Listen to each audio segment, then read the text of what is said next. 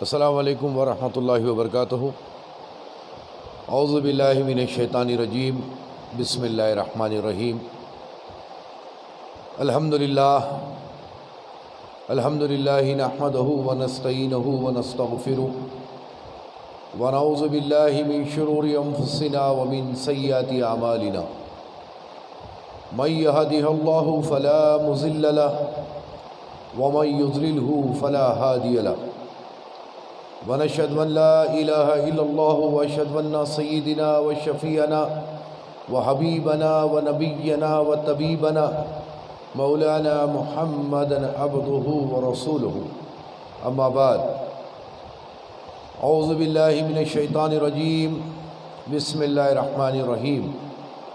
إن الله وملائكته يصلون على النبي يا أيها الذين آمنوا صلوا عليه وسلموا تسليما، اللهم صل على سيدنا محمد وعلى آل سيدنا مولانا محمد وبارک وسلم۔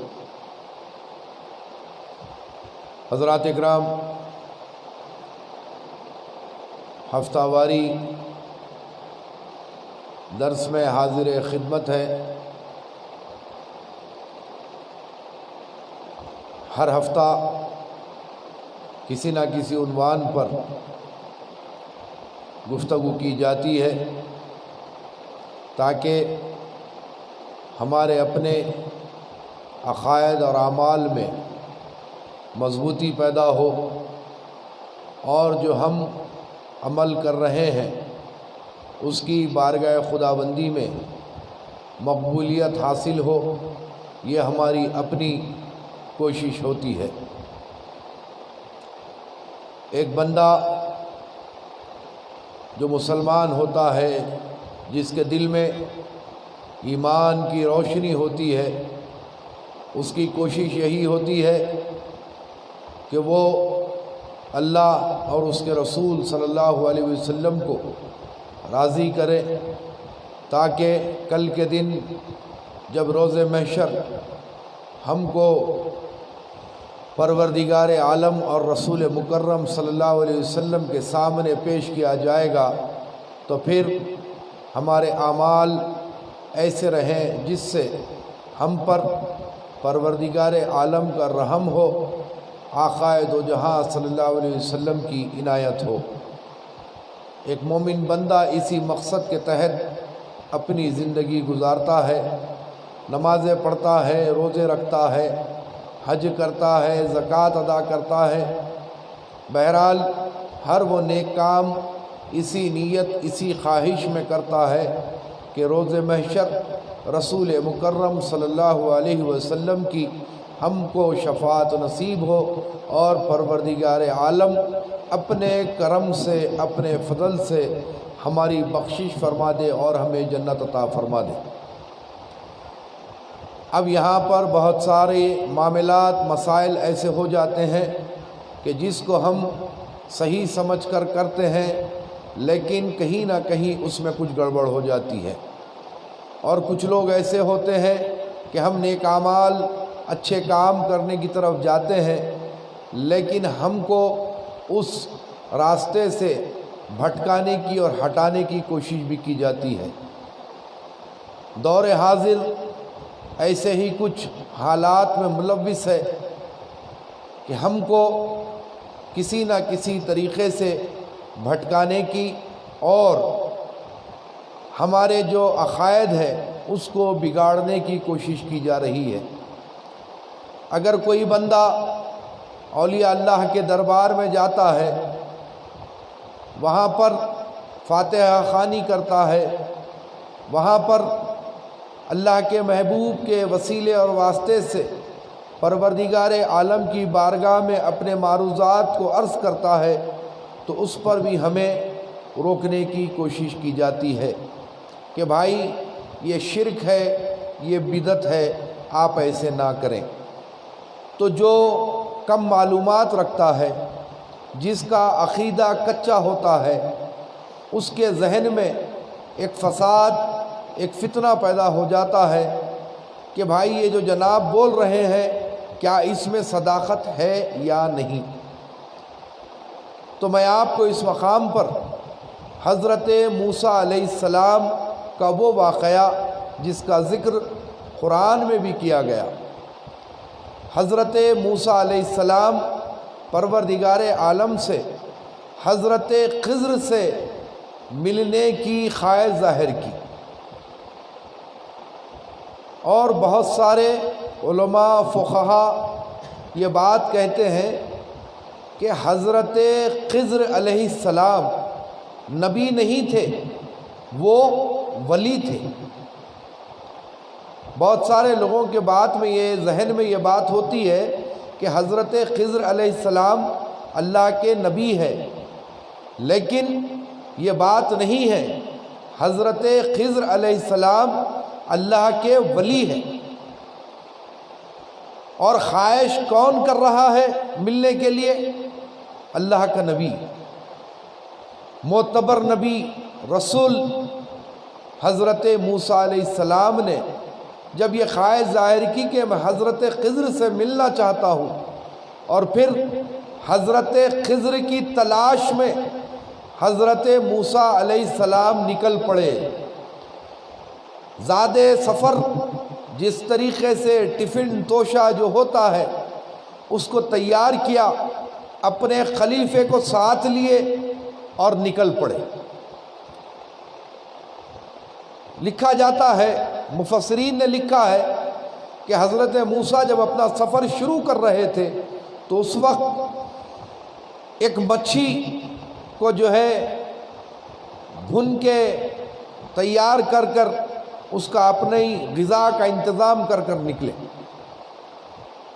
اور کچھ سفر طے کرنے کے بعد نجم البحرین جہاں پر دو ندیوں کا ملن ہوتا ہے تو اس کو نجم البحرین کہا جاتا ہے، وہاں سے گزر ہوا، اور کچھ سفر کرنے کے بعد حضرت موسیٰ علیہ السلام نے اپنے خلیفہ سے کہا کہ میاں اب مجھے بھوک کا احساس ہو رہا ہے، اور میں چاہتا ہوں کہ یہاں پر ہم کچھ دیر آرام کر لیں اور کھانا کھا لیں تاکہ بھوک کا احساس ختم ہو جائے۔ آپ کے خلیفہ نے آپ کی بارگاہ میں عرض کیا کہ اللہ کے نبی، آپ جو فرما رہے ہیں بالکل درست ہے، لیکن جو ہم نے زاد سفر بھوک مٹانے کے لیے جو مچھی تل کے بھن کے جو اپنے توشے میں رکھی تھی، جب ہمارا گزر نجم البحرین سے ہوا، جب ہم اس ندی سے گزرے تو ہمارے توشے سے وہ مچھی نکلی اور پانی میں گر پڑی اور تیرنے لگی۔ وہ ندی میں مچھی گم ہو گئی۔ تو جیسے ہی حضرت موسیٰ علیہ السلام نے یہ واقعہ اپنے مرید سے سنا تو فرمایا کہ ہم جس کی تلاش کر رہے تھے وہ یقیناً نجم البحرین کے پاس تھا، جہاں پر مچھی اس ندی میں کود پڑی۔ تو آپ کے مرید نے عرض کیا کہ اللہ کے نبی، ہم نے تو مچھی کو تل دیا تھا، بھن دیا تھا، پکا دیا تھا، پھر کیا بات ہے کہ ہمارے اپنے توشے سے، ہمارے اپنے ٹفن سے وہ مچھی نکلی اور دریا میں چھلانگ لگا دی۔ تو حضرت موسیٰ نے فرمایا کہ یہی تو پہچان اللہ کے ولی کے مقام کی ہے، یہی وہ مقام ہے جہاں پر کٹی ہوئی، پکی ہوئی، بھنی ہوئی چیز زندہ ہو جاتی ہے، تو اس سے پتہ کر لو کہ وہاں پر اللہ کا ولی موجود ہے۔ یہ کوئی کہانی یا کوئی قصہ نہیں، بلکہ حضرت موسیٰ علیہ السلام جو اللہ کے نبی اور رسول رہے ان کا واقعہ ہے۔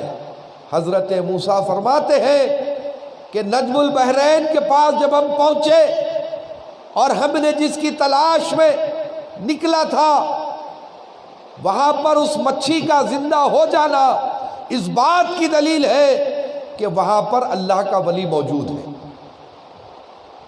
تو اس واقعے سے یہ پتہ چلتا ہے کہ جہاں کہیں پر بھی اللہ کے ولی موجود ہوتے ہیں، جہاں کہیں پر بھی اللہ کے محبوبین کا خیام ہوتا ہے، وہاں پر مردوں کو زندہ کرنا کوئی بڑی بات نہیں ہوتی۔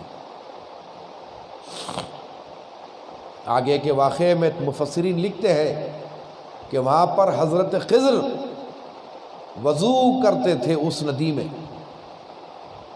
اور ہو سکتا ہے کہ وہاں پر حضرت خضر وضو کر رہے تھے، آپ کے وضو کے پانی کا ایک چھینٹا اس مچھی پر گرا اور اس مچھی میں جان پڑ گئی۔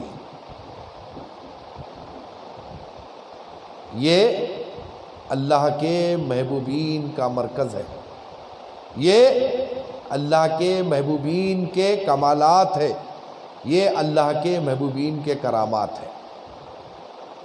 اب بہت سارے لوگوں کا یہ سوال ہوتا ہے کہ بھائی آپ لوگ جو ہے اللہ کے محبوبین کے دربار پر کیوں جاتے ہیں؟ تو یہ بات واضح ہو گئی کہ اللہ کے محبوبین کے پاس جانا، ان کی تلاش کرنا، ان سے ملنے کی تمنا کرنا، یہ حضرت موسیٰ علیہ السلام کی سنت ہے، ایک نبی کی سنت ہے۔ اگر کوئی تمہیں اللہ کے ولی کے دربار میں جانے سے روکتا ہے، اللہ کے ولی کی تلاش کرنے سے اگر کوئی تمہیں روکتا ہے، تو یہ بات کو سمجھ لینا کہ یہ نبیوں کی سنت سے ہمیں روک رہا ہے، نبیوں کی سنت سے ہمیں انکار کرنے کے لیے بتا رہا ہے۔ اس بات کو ذہن میں رکھیں۔ بتانا یہی مقصد ہے کہ آج کا جو دور حاضر ہے، اس میں آپ دیکھتے ہیں کہ کئی قسم کے کئی لوگ نکل چکے ہیں۔ اگر ہم کچھ بیان کریں تو اس پر فوری طور پر تنقید ہو جاتی ہے، صحیح احادیث کی روشنی میں کوئی بات کی جائے تو پھر اس پر بھی تنقید کی جاتی ہے، تنقید کا نشانہ بنایا جاتا ہے۔ پہلے کا دور ایسا نہیں تھا۔ پہلے کا جو دور تھا وہ یہ، جب قرآن اور حدیث کی روشنی میں کسی چیز کی بات کی جاتی تھی تو اس کو فوری طور پر قبول کر لیا جاتا تھا کہ نہیں، یہ بات قرآن سے کر رہے ہیں، یہ بات حدیث سے کر رہے ہیں، یہ بات تاریخ اسلام سے کی جا رہی ہے، تو یقیناً یہ بات صحیح ہوگی۔ لیکن آج کا دور ایسا نہیں ہے۔ آج کا دور کیسے ہے؟ اگر آپ حدیث بیان کریں گے اس پر بھی تنقید کی جائے گی، قرآن کی تفسیر بیان کریں گے اس پر بھی تنقید کی جائے گی، اقوال صحابہ بیان کیے جائیں گے اس پر بھی تنقید کی جائے گی۔ تو بہرحال عرض یہ کرنا ہے کہ آج کا جو دور ہے یہ تنقیدات کا دور ہے۔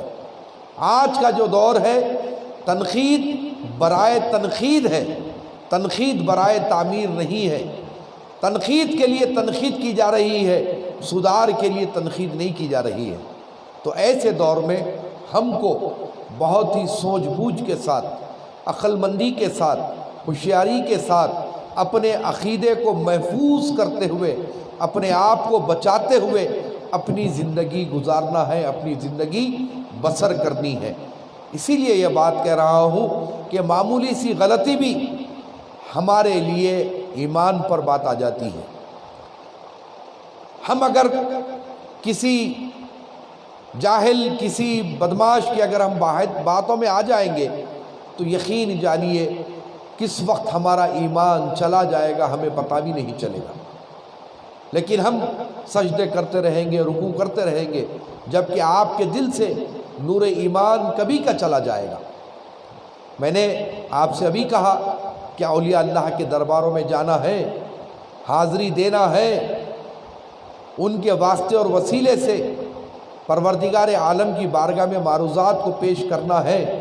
لیکن ساتھ ساتھ ایک اور ایک چیز کا بھی آپ خیال رکھیں کہ موجودہ جو دور میں بد عقیدے پھیل گئے ہیں، موجودہ دور میں ناصبی خارجی ذہنیت رکھنے والے لوگ آ چکے ہیں۔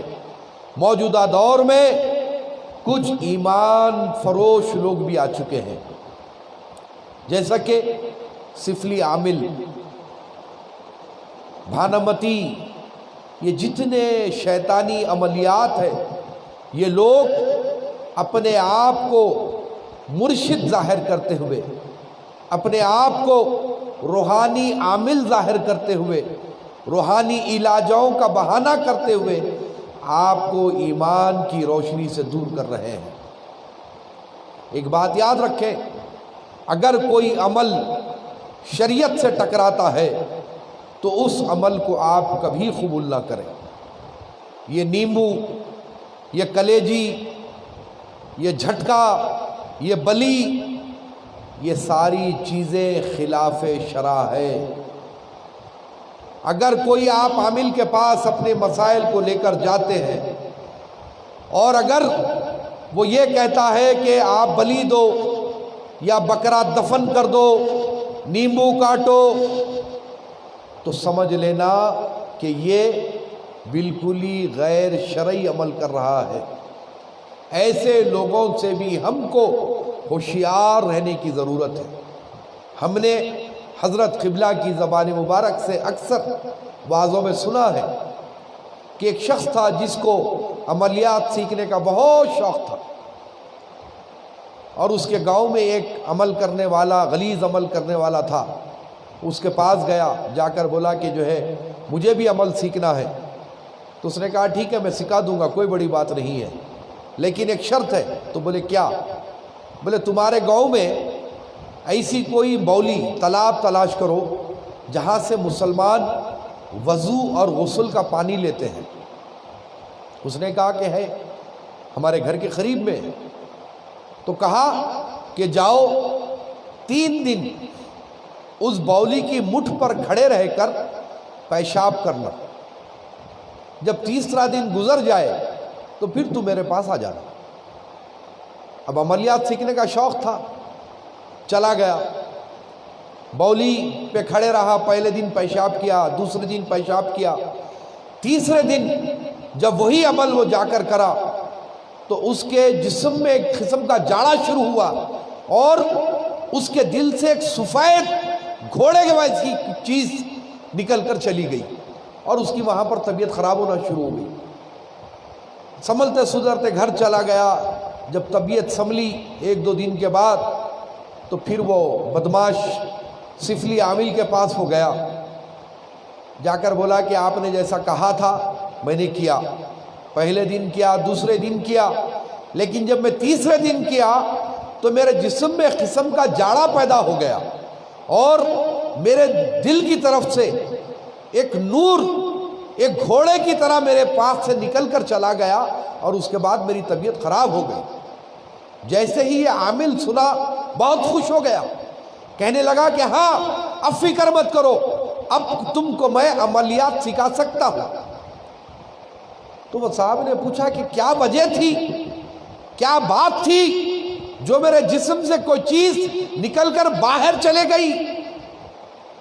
تو بولا کہ جو تیرے پاس نور ایمان تھا، جو دل میں تیرے ایمان کی روشنی تھی وہ چلی گئی، اب تو سفلی عمل، شیطانی عمل سیکھ سکتا ہے۔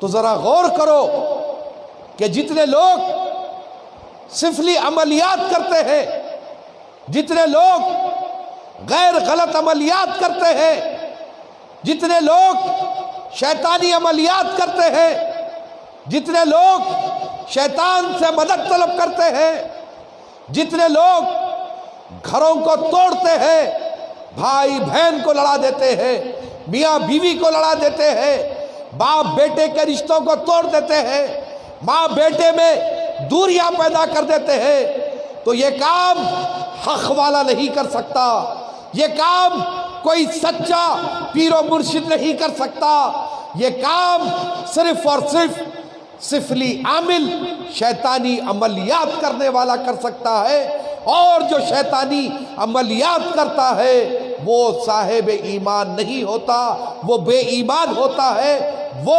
مشرک ہوتا ہے، شیطان سے طلب کرتا ہے، اس کا کسی بھی خانخواہ سے، کسی بھی مرشد سے کوئی تعلق نہیں رہے گا۔ اس بات کا آپ خیال اپنے ذہنوں میں رکھیں۔ جو حق پرست ہوتا ہے، جو حقیقی معنی میں پیر و مرشد ہوتا ہے، وہ اس کے پاس کے لوگ جو مرید ہے، جو اس کے پاس اپنے معاملات لے کر آتے ہیں، ان کو وہ یہی ترغیب دیتا ہے کہ تم اللہ کی رسی کو مضبوطی سے تھامو، تم نماز کی پابندی کرو، تم درود شریف کا نذرانہ سرکار دو عالم صلی اللہ علیہ وسلم کی بارگاہ میں پیش کرو، تم اپنے آپ کو رجوع اللہ کرو، عفو و درگزر کا مادہ پیدا کرو، معاف کرنے کا مادہ پیدا کرو۔ اگر تمہارا بھائی تم سے اگر زیادتی کرتا بھی ہے تو بھائی کو معاف کرو، بہن زیادتی کرتی ہے تو بہن کو معاف کرو، والدین اگر غصہ کرتے ہیں تو ان کے قدموں میں سر رکھ کر ان سے معافی طلب کرو، ضعیف والدین کی خدمت کرو۔ یہ خانخواہوں کا پیغام ہے، یہ ایک سچے پیر کی نشانی ہے۔ اگر بہو بگڑ جاتی ہے تو ساس کو سمجھا کر اس سے صلح کرانا، یہ سچے پیر کی نشانی ہے۔ ساس بگڑ جاتی ہے تو بہو سے اس کی صلح کرانا، یہ سچے پیر کی نشانی ہے۔ تو جہاں پر بدعقیدے موجود ہیں، جہاں پر ایمان پر ڈاکے ڈالنے والے موجود ہیں، وہاں پر ایسے لوگ بھی ہیں جو طریقت کے نام پر، پیری مریدی کے نام پر آپ کے ایمان پر ڈاکے ڈالتے ہیں۔ اسی لیے کہا جاتا ہے کہ جب آپ مرید ہو رہے ہو، جب آپ کسی کے پاس جا رہے ہو، تو یہ چیز کو ضرور دیکھو کہ اس کا عمل شریعت کے خلاف تو نہیں۔ اگر اس کا عمل شریعت کے خلاف جا رہا ہے تو یہ بات طے ہے کہ وہ سچا پیر نہیں ہے، وہ سچا پیر نہیں ہے۔ اس بات کو ذہن میں رکھیں۔ تو بہرحال عرض یہ کر رہا تھا کہ ہم اولیاء اللہ کے درباروں میں جو جاتے ہیں، ان کے واسطے اور وسیلوں سے پروردگار عالم کی بارگاہ میں ہم جو کچھ بھی معروضوں کو پیش کرتے ہیں، یقیناً وہ معروض قبول ہوتے ہیں۔ اب آپ بولیں گے کیسے؟ تو اس کی وضاحت یہ ہے کہ جب خیط پڑ جاتا تھا، سوکھا پڑ جاتا تھا، ابھی نبی کریم صلی اللہ علیہ وسلم کی آمد اس دنیا میں نہیں ہوئی، اس دور کے لوگ جو سرکار دو عالم صلی اللہ علیہ وسلم کے دادا جان حضرت عبد المطلب کو بہت ہی بزرگ مانا کرتے تھے، اور یقیناً بزرگ ہے، ان کے وہ اعمال تھے، ان کے وہ کردار تھے، اور پھر رحمت للعالمین کے دادا ہونے والے ہیں، تو ان کا کیا پوچھنا۔ جب کبھی کوئی پریشانی عرب میں آ جاتی، جب کوئی پریشانی وہاں پر لاحق ہو جاتی، تو سارے عرب کے لوگ حضرت عبد المطلب کے پاس حاضر ہو جاتے اور عرض کرتے کہ آپ آگے کھڑے ہو جائیں، ہم پیچھے کھڑے رہیں گے، اور آپ کی سرپرستی میں، آپ کے واسطے اور وسیلے سے جب پروردگار عالم کی بارگاہ میں دعا کی جائے گی تو بارگاہ میں دعا قبول ہوگی۔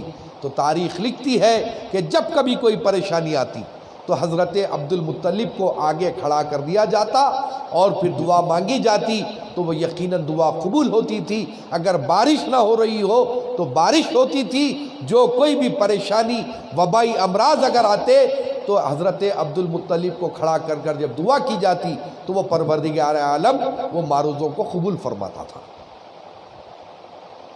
تو یہ ہمارے پاس سب سے بڑی دلیل ہے۔ دوسری، تابوت سکینہ۔ کیا ہے تابوت سکینہ؟ جس میں انبیاء علیہ السلام کے تبرکات تھے، جب کوئی بھی پریشانی آ جاتی، جب کبھی بارش نہیں ہوتی، جب کبھی امراض امڈ پڑتے، تو تابوت سکینہ کو سامنے رکھ کر دعا کی جاتی کہ اس تابوت کے صدقے طفیل مولا کریم ہم پر کرم فرما دے، ہم پر رحم فرما دے، ہمارے حالات میں سدھار لا دے، ہماری پریشانیوں کو دور فرما دے۔ تو اس تابوت سکینہ کے صدقے طفیل پروردگار عالم اس واسطے اور وسیلے سے ان کی دعاؤں کو قبول فرماتا۔ تو واسطہ اور وسیلہ یہ دو چیزیں بہت اہم ہیں۔ دیکھیے ہمارے اعمال تو ایسے نہیں ہے کہ ہم جو لوگ کہتے ہیں نا کہ ڈائریکٹ اللہ سے مانگو، یقیناً دینے والا اللہ ہے، لیکن رسول مکرم صلی اللہ علیہ وسلم کیا فرما رہے ہیں وہ بھی دیکھو، کیا فرما رہے ہیں رسول مکرم دیکھو۔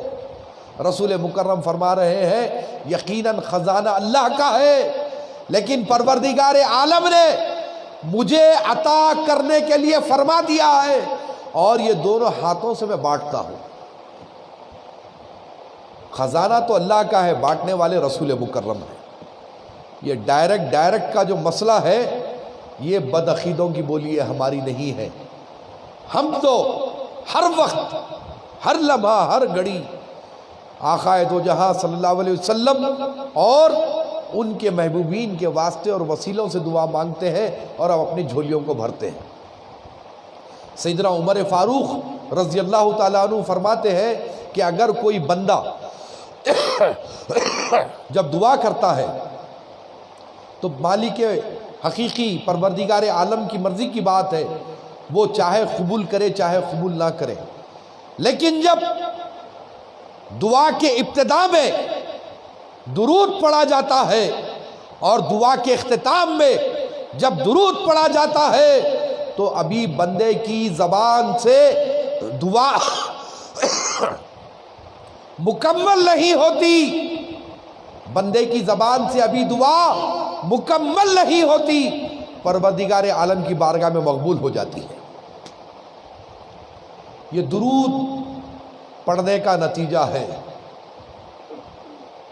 جو کوئی بندہ درود آل محمد اور صلی اللہ علیہ حضور اکرم صلی اللہ علیہ وسلم اور حضور کی آل پر جو درود پڑھتا ہے تو اس کے معروضے پروردگار عالم کی بارگاہ میں یقیناً قبول ہوتے ہیں۔ تو طریقہ اپنی زندگی کا بنا لے کہ ہم جب دعا شروع کریں تو اول درود، پھر دعا کے اختتام میں درود، اور پھر جب ہم اپنے گھر میں جب داخل ہوتے ہیں، کسی کام کاج سے جب ہم فارغ ہوتے ہیں، جب اپنے گھر میں داخل ہوتے ہیں تو گھستے گھر میں جب داخل ہو تو یہ عمل کو پیدا کرو کہ الصلاۃ والسلام علیک یا رسول اللہ۔ اس متعلق حضور فرماتے ہیں کہ اگر کوئی بندہ اپنے گھر میں داخل ہوتے وقت الصلاۃ والسلام علیک یا رسول اللہ جب کہتا ہے تو اس کے گھر کی سلامتی کی ذمہ داری پروردگار عالم لے لیتا ہے۔ تم سلام بھیج رہے ہو رسول مکرم کی بارگاہ میں، یقیناً وہ تمہارا سلام قبول ہوگا اور تمہارے گھر کی سلامتی کی ذمہ داری پروردگار عالم کی ہوگی۔ یہ چھوٹے چھوٹے عمل ہے، اگر ہم اپنی زندگی میں اتار لیں، اپنی زندگی میں اگر پیدا کر لیں تو خدا کی قسم ہمارے گھر میں کوئی قسم کی پریشانی نہیں ہوگی۔ لیکن ہم تمام چیزوں سے دور ہیں، اسی لیے کہ ہم سلام پڑھتے ہی وہاں ان لوگوں کو پیٹ میں تکلیف ہو جاتی، سلام پڑھتے ہی پریشانی ہو جاتی۔ اور کمال تو یہ ہے کہ آج کل ہر ایک کو پیر بننے کا بھوت سوار ہو گیا ہے، ہر ایک کو مرشد بننے کا بھوت سوار ہو گیا ہے۔ گاؤں سے نکل کر مولوی صاحب بننے کو آئے، یہاں پہ جامعہ میں پڑھے، مدرسوں میں پڑھے، اب یہاں دیکھے کہ بڑے بڑے پیر ہیں، بڑی بڑی بارگاہیں ہیں، ان کو بھی شوق ہو گیا کہ نہیں نہیں اب ہم کو بھی پیر بننا ہے، اب ہم کو بھی وظیفے دینا ہے، ہم کو بھی مرید کرنا ہے۔ تو پریشانی اس بات کی ہو گئی کہ خالی مرید کرنا مرید کرنا مرید کرنا، اللہ آؤ میرے پلیز میرے مرید ہو جاؤ۔ مولوی بننے آئے، مرشد بننے کی چکر میں آ گئے۔ کیوں؟ معلوم ہوا حیدرآباد آنے کے بعد کہ یہاں پر پیرزادوں کی بڑی اہمیت ہے، اللہ کے محبوبین کی اولاد کی بڑی تعظیم کی جاتی ہے، سید زادوں کی بڑی تعظیم کی جاتی ہے۔ سید ہے نہیں ہے نہیں معلوم، گاؤں میں کیا تھے نہیں معلوم، شہر آتے سید لکھ لیے۔ یہ بات اس لیے کہہ رہا ہوں کہ جیسا کہ پہلے ابھی کہا کہ اصل اور نقل کو پہچانو۔ کوئی تمہارے ایمان پر ڈاکہ نہ ڈال دے، کوئی تمہارے ایمان کا سودا نہ کر دے، کوئی تمہارے عقیدے کا سودا نہ کر دے، کہیں تم کو کوئی اہل بیت سے دور نہ کر دے، اہل بیت کے دامن سے تمہیں کوئی دور نہ کر دے، اہل بیت کی محبت کوئی تمہارے دل سے نہ نکال دے۔ اسی لیے ایسے لوگوں سے بھی ہوشیار رہو۔ پیر کامل کے ہاتھ پر بیعت کرو۔ بڑے بڑے بزرگان دین جو شہر حیدرآباد کے بادشاہ ہے، جن کی روحانیت سے یہ شہر میں اللہ کا کرم ہے، جن کی روحانیت سے اللہ کا فضل ہے، جس کی روحانیت سے یہاں پر کہ لوگ محفوظ ہیں، ان کی اولادوں کے پاس جاؤ، ان کے اولاد سے رجوع ہو، کیونکہ شیر کا بیٹا شیر ہوتا ہے۔ ایک بات کو یاد رکھو، شیر کے بچے کو شکار سکھانے کی ضرورت نہیں ہوتی، مچھلی کے بچے کو تیرنا سکھانے کی ضرورت نہیں ہوتی۔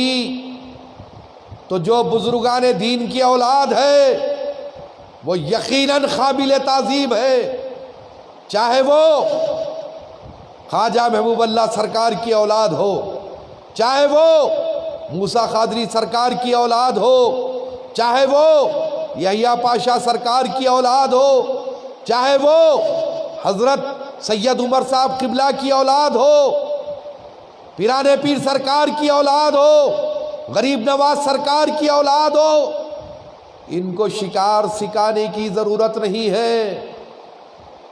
یہ شیر کے بیٹے ہیں۔ مچھی کے بچے کو جس طریقے سے تیراکی سکھانے کی ضرورت نہیں ہوتی نا، ان کی اولادوں کو بھی سکھانے کی ضرورت نہیں ہے، اور کوئی سکھانے کی کوشش بھی نہ کرے۔ 440 وولٹ ہوتا ہے یہاں پر، اگر کوئی ہاتھ لگانے کی کوشش کرے گا تو صرف کرنٹ لگے گا اور کچھ نہیں۔ لیکن دور حاضر ایسا ہو چکا ہے کہ ہر کوئی پیر بننے کی کوشش۔ ارے بھائی، تیری اگر خواہش ہے پیر بننے کی، بن جا، کس نے روکا ہے؟ لیکن مولا کے دامن سے دور کرتے ہوئے، اہل بیت اطہار کی محبت کے بغیر دشمنان اہل بیت کی حمد و ثنا بیان کرتے ہوئے تو پیر بنے گا، یہ ممکن نہیں ہے، یہ ممکن نہیں ہے۔ حضرت سلمان فارسی رضی اللہ تعالیٰ عنہ سے روایت ہے، بہت سارے لوگوں کو اس بات پر بھی اختلاف ہے کہ ضعیف حدیث فلاں حدیث، تو میں ان کو یہ بات کا جواب دینا چاہتا ہوں، اپنا کان کھول کر سنیں۔ حضرت سلمان فارسی 200 سال حق کی تلاش میں پھرتے رہے۔ کتنے؟ 200 سال۔ کبھی سورج کی پرستش کی مطمئن نہیں ہوئے، عیسائیت کے مذہب کو قریب سے دیکھا، مطمئن نہ ہوئے، یہودیت کو دیکھا، مطمئن نہ ہوئے۔ حق کی تلاش میں حضرت سلمان فارسی پھرتے رہے، دل مطمئن نہیں ہوا۔ جب حقیقی معنی میں حق کو دیکھا، رسول مکرم صلی اللہ علیہ وسلم کے چہرے انور کو دیکھا، تو سلمان فارسی کا دل اندر سے گواہی دیا، حقیقی معنی میں حق تو محمد مصطفیٰ صلی اللہ علیہ وسلم ہے۔ اور پھر سلمان فارسی دائرہ اسلام میں شامل ہوئے۔ وہ سلمان فارسی جو حق کی تلاش میں 200 سال پھرتے رہے، وہ سلمان فارسی کہتے ہیں کہ محمد صلی اللہ علیہ وسلم اور علی کو ایک نور سے پیدا کیا گیا۔ محمد صلی اللہ علیہ وسلم اور مولا مشکل کشا کو ایک نور سے پیدا کیا۔ یہ کوئی روایت ان کی نہیں ہے، سلمان فارسی روایت کرتے ہیں کہ میں نے سنا کہ رسول مکرم صلی اللہ علیہ وسلم فرماتے ہیں کہ علی کو اور مجھ کو ایک نور سے پیدا کیا گیا۔ ارے اب وہ نور والوں کو لا کر کس سے تقابل کر رہے ہو؟ تم کس کی تائید میں بات کر رہے ہو؟ بغض علی میں کیا کیا بک رہے ہو؟ سید زادوں کے متعلق بولتے ہو، پھر اپنے آپ کو تم سید بھی کہتے ہو۔ جو سید زادہ ہوتا ہے، میں نہیں سمجھتا جس کے دل میں امام حسن اور امام حسین کا خون دوڑے، جس کی رگوں میں امام حسن اور امام حسین مولا مشکل کشا کا خون دوڑے، وہ عدو علی کی تائید کرے، دشمنان اہل بیت کے مناقب بیان کرے۔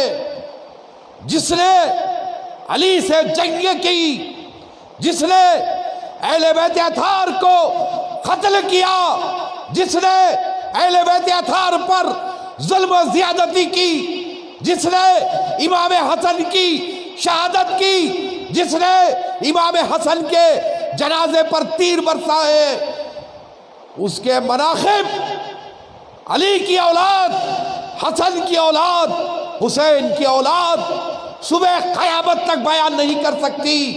ارے علی کے مناقب بیان کرنے کے لیے، علی کی مدح بیان کرنے کے لیے، علی کو مولا کہنے کے لیے اس کی رگوں میں حلالی خون ہونا ضروری ہے۔ جو حلالی ہوتا ہے وہی علی علی کرتا ہے، جو حرامی ہوتا ہے وہ علی سے عداوت کرتا ہے۔ ایک طرف تو اپنے نام کے ساتھ سید کا استعمال کرتا ہے، اور دوسری طرف عدو اہل بیت، عدو علی، عدو خاندان رسول کی حمد و ثنا بیان کر کر سیدوں پہ تنقید کرتا ہے۔ ارے طرفہ تماشا تو یہ ہے کہ ایسے نالائق کو لوگ ولی کہہ رہے ہیں، چلتا پھرتا ولی۔ ارے یہ تو چلتا پھرتا شیطان ہے، اس کو ولایت کہاں سے ملے گی؟ حضرت صالح پانی پتی کہتے ہیں، اپنی کتاب میں فرماتے ہیں کہ امت محمدیہ کے جتنے ولی ہیں تمام کو تو علی مشکل کشا کے در سے ولایت ملتی ہے، یہ بات تو طے ہے۔ لیکن آقا دو جہاں صلی اللہ علیہ وسلم کی پہلے بھی امت کے جتنے بھی انبیاء علیہ السلام آئے اور ان کی امت میں جتنے ولی ہوئے، ان تمام کو بھی ولایت علی سے ملی ہے۔ حضرت صالح پانی پتی کی کتاب کو اٹھا کر دیکھو کہ نبی کریم صلی اللہ علیہ وسلم سے پہلے جتنے انبیاء علیہ السلام آئے اور ان کی امتوں میں جتنے ولی آئے، ان تمام کو بھی ولایت میرے مولا مشکل کشا نے دی ہے۔ کیونکہ اسی لیے میرے آقا نے فرمایا کہ مجھ کو اور علی کو ایک نور سے پیدا کیا گیا، اور وہ نور کب سے تھا؟ جب حضرت آدم کا بھی پتہ نہ تھا، اس دنیا میں کچھ نہ تھا، آسمان کا شامیانہ نہ تھا، زمین کا فرش نہ تھا، جھاڑ نہ تھے، پرند نہ تھے، دریائے نہ تھی، چرند نہ تھے، آسمان کا شامیانہ نہ تھا، سورج نہ تھا، چاند نہ تھا، خنزیلیں نہ تھی، کچھ نہ تھا، ایک اللہ کا نور تھا، ایک نور محمد صلی اللہ علیہ وسلم کا تھا۔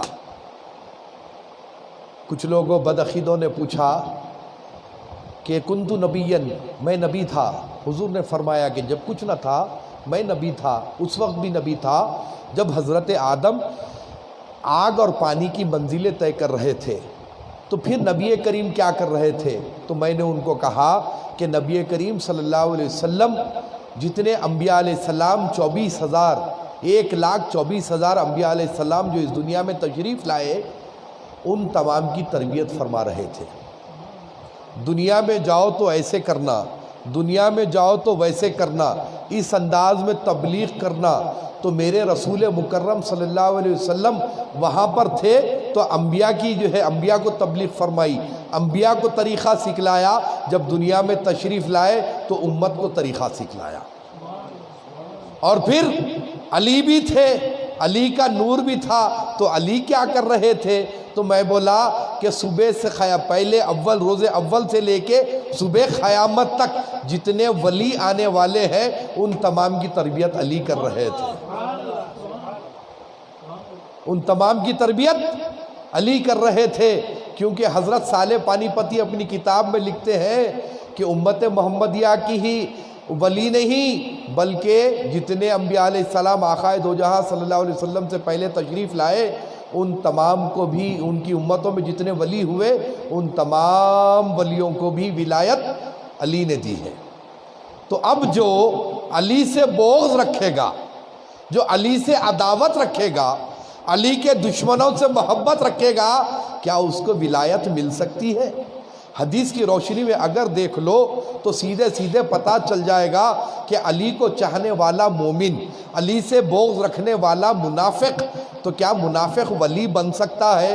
دیوانہ ہولا شولا جس کو بات کرنے کا طریقہ نہیں ہے اس کو فلا فلا فلا کر کے سر پہ بٹھا رہے ہیں۔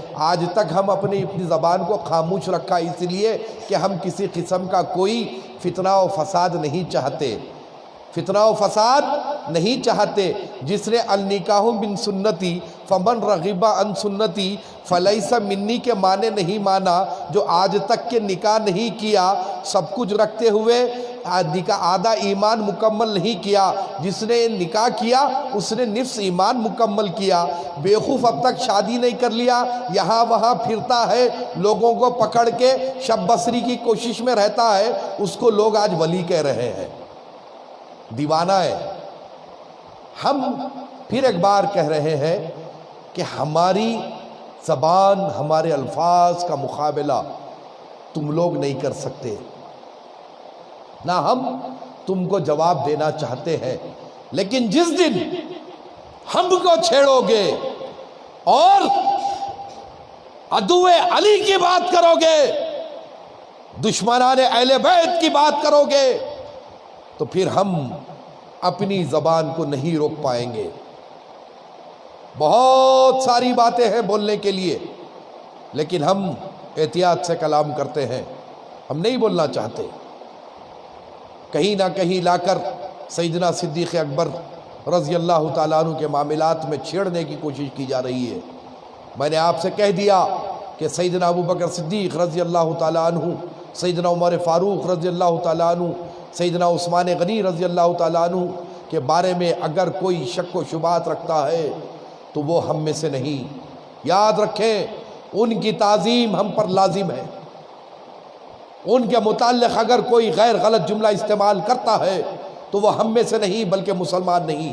ایک بات یاد رکھیں، شیخین کی شان میں کسی قسم کی کوئی گستاخی نہ ہو، اجلہ صحابہ کی شان میں کسی قسم کی کوئی گستاخی نہ ہو، تمام صحابہ اکرام کی تعظیم و تکریم کی جائے، یہی ہمارا عقیدہ ہے، یہی اہل سنت والجماعت کا عقیدہ ہے۔ لیکن چند لوگ اپنے مفادات کی خاطر پیر بننے کی کوشش میں یہ جو حرکات کرتے ہوئے خانخواہوں سے، سیدزادوں سے توڑنے کے لیے اپنے مفادات کی خاطر نئے نئے بکواس کر رہے ہیں، ایسے لوگوں سے بھی احتیاط کرے، پرہیز کرے، بزرگان دین سے اٹوٹ وابستہ رہے، خانخواہوں سے وابستہ رہے، کیونکہ یہی وہ خانخواہیں ہیں جو ہم کو تربیت دیتی ہے، اور صبح قیامت تک خانخواہیں کام کرتی رہے گی، دین محمدی صلی اللہ علیہ وسلم کا کام چلتا رہے گا۔ ہندوستان میں اگر اسلام پھیلا ہے تو خانخواہوں کے ذریعے، کسی مدرسے، کسی مولوی کے ذریعے نہیں پھیلا، یہ فیضان خواجہ معین الدین چشتی غریب نواز سرکار کا ہے۔ اس بات کو ذہن میں رکھے، کاروان محمد رکے گا نہیں، کملی والے کا جھنڈا جھکے گا نہیں، خانخواہ زندہ باد، خانخواہ زندہ رہے گی، انشاءاللہ کام چلتا رہے گا۔ السلام علیکم ورحمۃ اللہ وبرکاتہ۔